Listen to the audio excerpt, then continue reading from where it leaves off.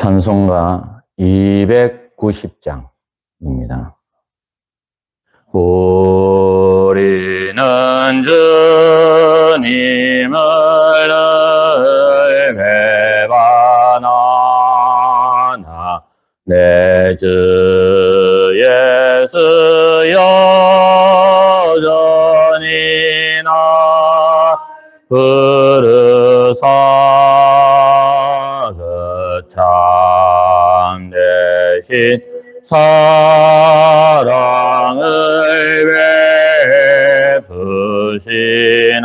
베푸시나니 내 형제여 주님을 곧 따르라. 주는 위에 위해 주는 위에 위해 주는 위해 위해 항상 비시네. 주께서 풍성한 은혜를 내려 내 영혼이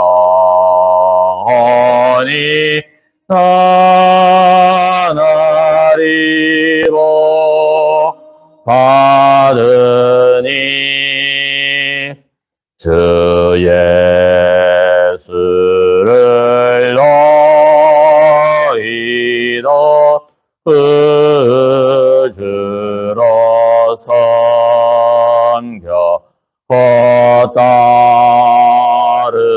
따르면 풍성한 복 받겠네.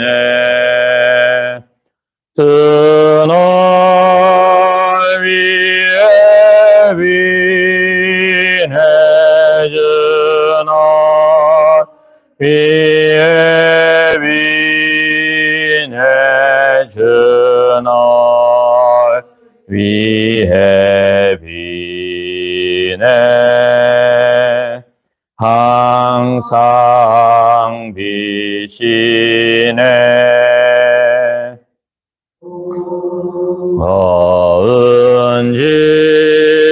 짐지고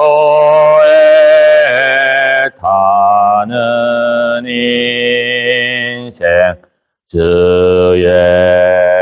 예수께 돌아와 보시어라. 내 주 예수 너희를 돌보실 때에 찬복 낙과 네가 넘치겠네.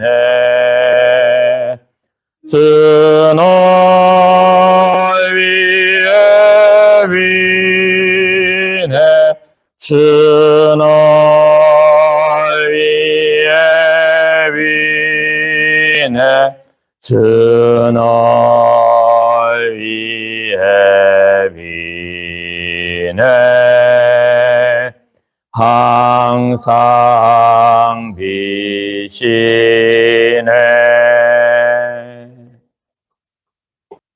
마태복음 27장 1절에서 10절입니다. 새벽에 모든 제사장과 백성의 장로들이 예수를 죽이려고 함께 의논하고 결박하여 끌고 가서 총독 빌라도에게 넘겨주니라. 그때 예수를 판 유다가 그의 정죄됨을 보고 스스로 뉘우쳐 그 은 30을 대제사장들과 장로들에게도 갖다 주고 내가 무죄한 피를 팔고 죄를 범하였도다 하니 그들이 이르되 그것이 우리에게 무슨 상관이냐 네가 당하라 하거늘 유다가 은을 성소에 던져놓고 물러가서 스스로 목매어 죽은지라. 대제사장들이 그 은을 거두며 이르되 이것은 핏값이라 성전고에 넣어둠이 옳지 않다 하고 언언한 후 이것으로 토기장이의 밭을 사서 나그네의 묘지를 삼았으니 그러므로 오늘날까지 그 밭을 핏밭이라 일컬었느니라. 이에 선지자가 예레미야를 통하여 하신 말씀이 이루어졌나니 일러스되 그들이 그 가격 매겨진 자 곧 이스라엘 자손 중에서 가격 매긴 자의 가격 곧 은 30을 가지고 토기장이의 밭값으로 주었으니 이는 주께서 내게 명하신 바와 같으니라 하였더라. 참 진리라는 것은 한결같습니다. 똑같이 적용이 되어져야 됩니다. 어떤 때는 이렇고 어떤 때는 저렇게 되는 것이 아닙니다. 하나님의 말씀은 항상 우리에게 동일하게 주어집니다. 내가 기분이 좋다고 내가 기분이 나쁘다고 하나님의 말씀이 다르게 우리에게 주어지는 것이 아닙니다. 나에게 유익하다고 내게 무익하다고 하나님의 말씀이 다르게 주어지는 것이 절대로 아닙니다. 하나님의 말씀은 절대적인 가치가 있어서 우리가 그 말씀대로 믿고 따라가야 참된 복과 기쁨과 즐거움을 누리게 됩니다. 오늘 이 대제사장들이 이제 가야바의 법정에서 예수님을 이제 재판을 합니다. 사형을 시킬 권한이 없습니다. 그래서 총독 빌라도에게 넘겨줍니다. 그런데 참 희한한 것은 한번 보십시오. 나중에 스데반이 순교를 할 때를 보십시오. 정상적인 재판 절차를 넘기지 않고 이제 스데반을 그 자리에서 죽여버리죠. 그러니까 예수님은 예수님은 자기들이 사형시킬 권한이 없으니까 빌라도에게 넘겨줍니다. 이것은 한마디로 말하면 예수님이 성전을 3일 만에 다시 짓겠다. 그리고 예수님이 그리스도라고 하는 이 제목 가지고는 예수님을 죽일, 사형시킬, 이제 그러한 죄악을 찾지를 못한 거예요. 그래서 빌라도에게 이제 책임을 넘겨버리는 것입니다. 그런데 스데반도 마찬가지죠. 그들은 돌로 쳐서 죽입니다. 참, 인간은, 참 진리대로 살지가 않는 거예요. 우리가 이걸 보면서 우리가 하나님의 말씀을 어떻게 받아들이느냐. 나의 기분에 따라서, 나의 유리한 것과 불리한 것에 따라서 하나님을 골라서 하나님의 말씀을 다르게 적용하고 있는 것 아닌가. 우리가 이걸 한번 생각해 보아야 합니다. 그래서 이 고난주간에 우리가 다시 한번 하나님의 말씀을 믿고 따르는 것이 그렇게 쉬운 일이 아닙니다. 그러나 우리가 하나님의 말씀을 바르게 믿고 바르게 따라가는 우리 성도들이 되기를 바랍니다.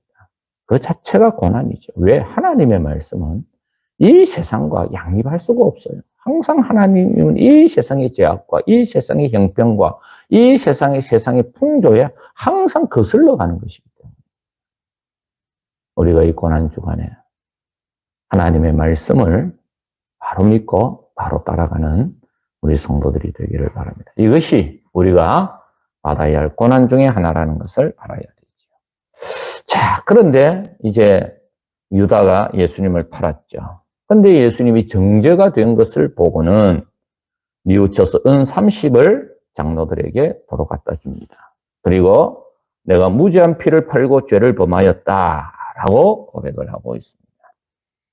사랑하는 성도 여러분, 참 이걸 보면 가룟 유다가 참 후회하지요. 근심하지요. 그런데 여기에서 여러분 근심하였다는 것은 회개하고 달라요. 이것은 어떤 근심이냐?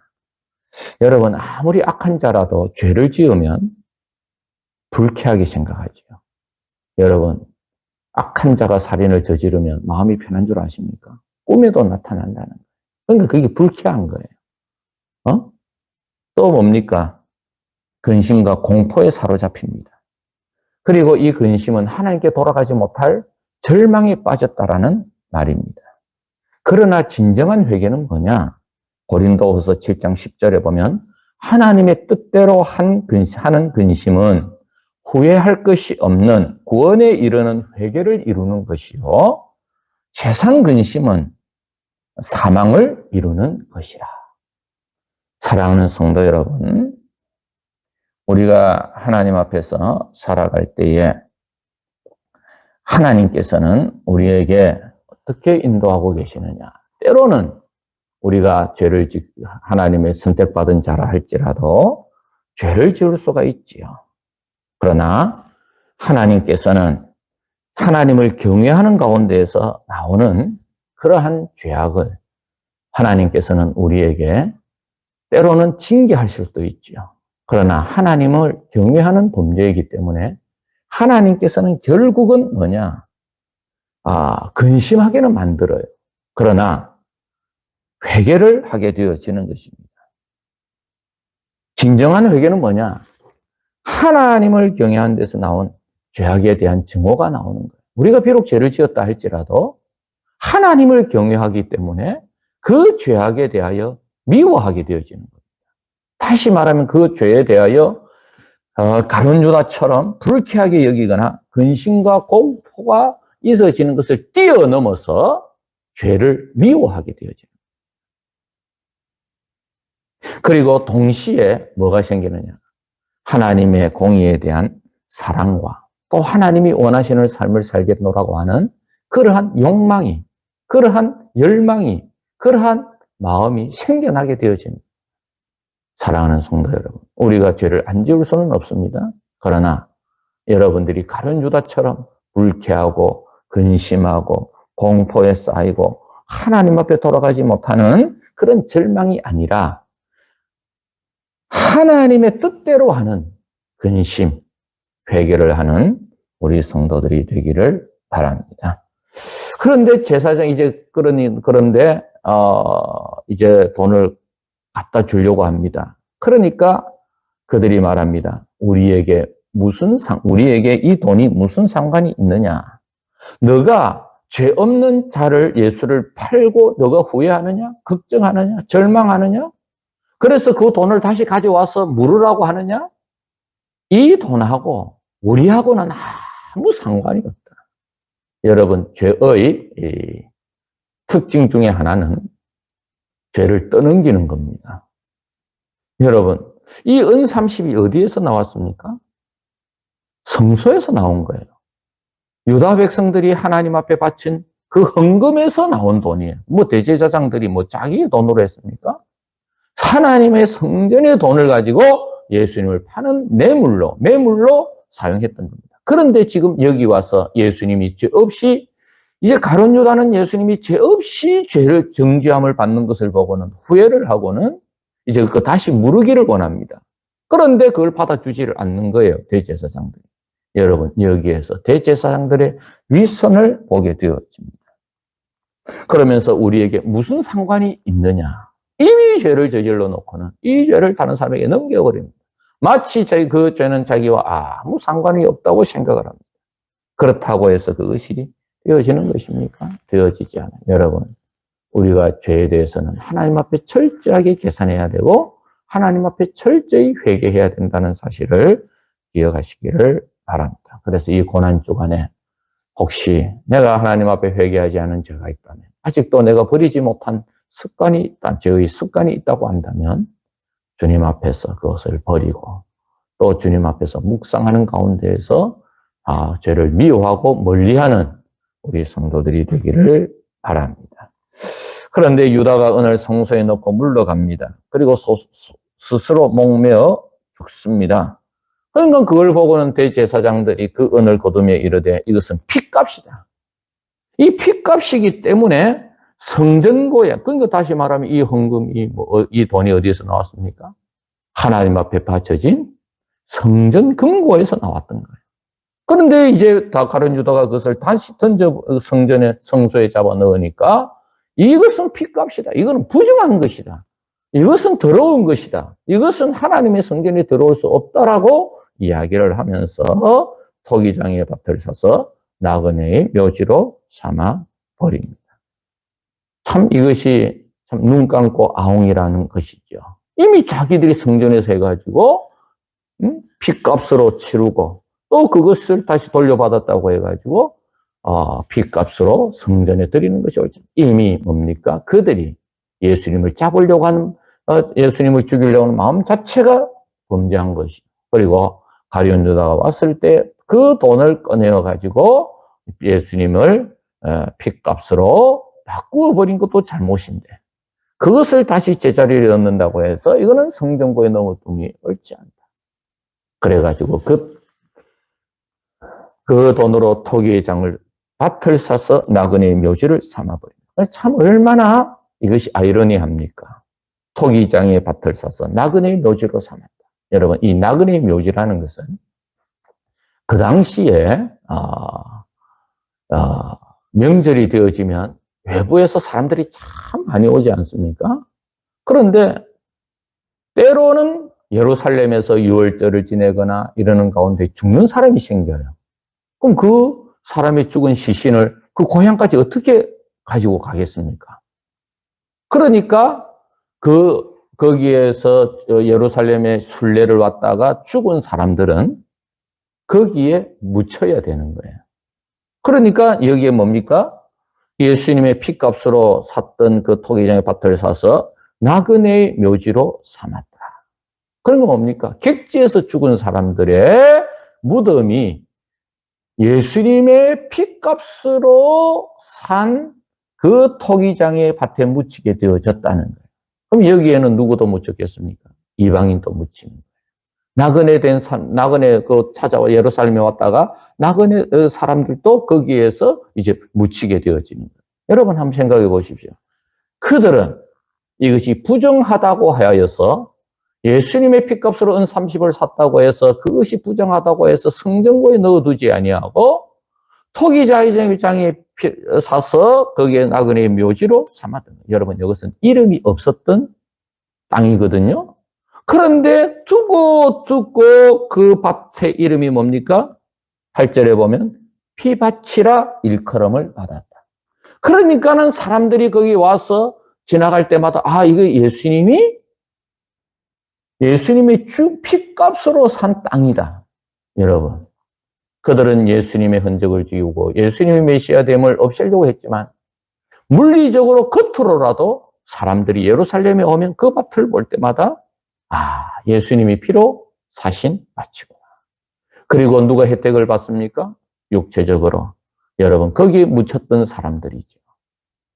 여러분, 이거는 상징적인 거예요.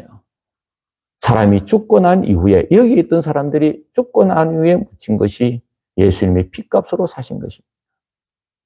아이러니하게도 생각지도 않았던 사람이 예수님의 핏값으로 되어진 것의 혜택을 받게 되어지는 것입니다. 여러분, 이거는 상징적인 거예요. 누구나 예수님의 나를 위하여 십자가에 설린 피를 믿으면, 보혈의 피를 믿으면 누구나 하나님의 백성이 되어지고 하나님의 구원에 하나님의 자녀가 되어진다는 사실을 기억하고 살아가시게 되기를 바랍니다. 그래서 여러분 한번 생각해 보십시오. 사람들이 거기에 예루살렘에 올 때마다 두고 이것이 핏값이다.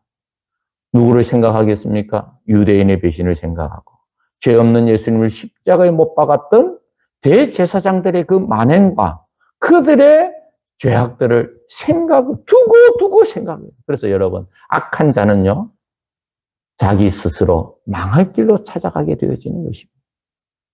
그러나 우리 예수님은 이런 수모를 당하시고 나서도 그 뒤에도 주님의 은혜는 계속되어지는 거예요. 그래서 여러분, 그 뒤에 보게 되어지면 9절에 보면 9절에 보게 되어지면 선지자 예레미야를 통하여 하신 말씀이 이루어졌나니 일러스되 그들이 그 가격 매겨진 자 곧 이스라엘 자손 중에서 가격 매긴 자의 가격 곧 은 30을 가지고 이스라엘 자손 중에서 가격 매진 자의 가격 이건 누굽니까? 바로 예수님이에요. 예수님을 가룟 유다가 파는데 은 30에 넘겨버린 거예요. 그러니까 예수님의 가치가 은 30에 팔려버린 거예요. 그런데 그 은 30을 가지고 10절에 보면 토기장의 밭값으로 주었으니 이는 주께서 내게 명하신 바와 같으니라. 이건 무슨 말입니까? 예수님의 이 세상의 사람들은 특히 대제사장들과 이들 가룟 유다는 예수님의 가치를 은30으로 정한 거예요. 다시 말하면 이 말씀은 뭐냐? 예수님을 은30에 겨우 토기장의 밭을 사는 그 가격으로 예수님의 몸값을 매긴 자체가 너무 싸구려라는 것이. 예수님의 피값으로 은30밖에 너희들이 지급을 하지 못하느냐? 바로 지금 이걸 지적하고 있는 거예요. 여러분, 우리 예수님이 그 예수 귀하신, 여러분, 사람의 몸값을, 이 은30은요, 그 당시에 그 노동자의 1년치 품삯입니다. 예수님의 피값의 가치를 너희들이 이것으로 밖에 지급하지 못했느냐. 지금 그걸 지금 여기 질타를 하고 있는 거예요. 근데 여기에는 지금 뭐냐면, 스가랴가 또 이 예언을 하고 있어요. 예수님이 은30에 팔릴 것을 스가랴 선지자가 예언을 하고 있는 거예요. 여러분, 세상 사람들은 오늘날 또 마찬가지입니다. 예수님의 이름에 대하여, 예수님의 피값에 대하여 아무런 가치를 느끼고 있지를 못합니다. 예수님을 얼마나 싸구려 취급을 하고 있습니까? 그런데 우리도 예수님 앞에 받은 그 보혈의 피, 구원의 은혜를 생명과도 바꿀 수 없고 영원한 생명을 주신 우리 예수 그리스도의 보혈을 때로는 나도 싸구려 취급을 하고 있는 것은 아닌지 우리 한번 생각해 보시게 되기를 바랍니다. 여러분, 사실 우리가 가장 귀한 것을 받았다. 여러분, 사람들이 금가락지 또 다이아몬드 반지가 있으면 어떻게 합니까? 늘 팔에 끼고 다닙니다. 그리고 그것을 귀하게 여기면 어떻습니까? 귀한 곳에 자고 쓰면 아무도 못 찾도록 깊은 곳에 숨겨둡니다. 여러분, 우리는 예수님의 보혈이 있습니다. 그래서 사도 바울이 그랬죠. 나는 예수 그리스도의 흔적을 가져놔라. 나를 괴롭게 하지 마라. 그는 늘 예수님의 흔적을 가지고 예수님의 고난의 흔적을 가지고 예수님의 보혈의 피로 구원받은 하나님의 백성의 놀라운 능력을 가지고 온갖 고난도 이기고 넘어갔던 것입니다. 여러분, 예수님의 보혈은 이 세상에 그 어떤 것보다 값지기 때문에 극복 못할 죄가 없고 내가 극복 못할 이 세상에 고난이 없고 예수님의 그 귀한 보혈이 나를 살리게 하고 예수님의 보혈만이 우리의 모든 것이 된다는 사실을 기억하고 살아가시게 되기를 바랍니다. 혹시라도 우리가 다시 한번 예수님의 보혈을 순간적으로라도 하찮게 여기진 것이 있었다고 한다면 우리가 회개하고 다시 한번 우리의 일생 동안 계속해서 어떤 상황 속에서도 예수님의 보혈을 우리의 가슴에 새기고 가장 귀한 예수님의 보혈을 귀하게 여기며 살아가는 우리 성도들이 다 되어지기를 바랍니다. 걸어가신 하나님 감사합니다.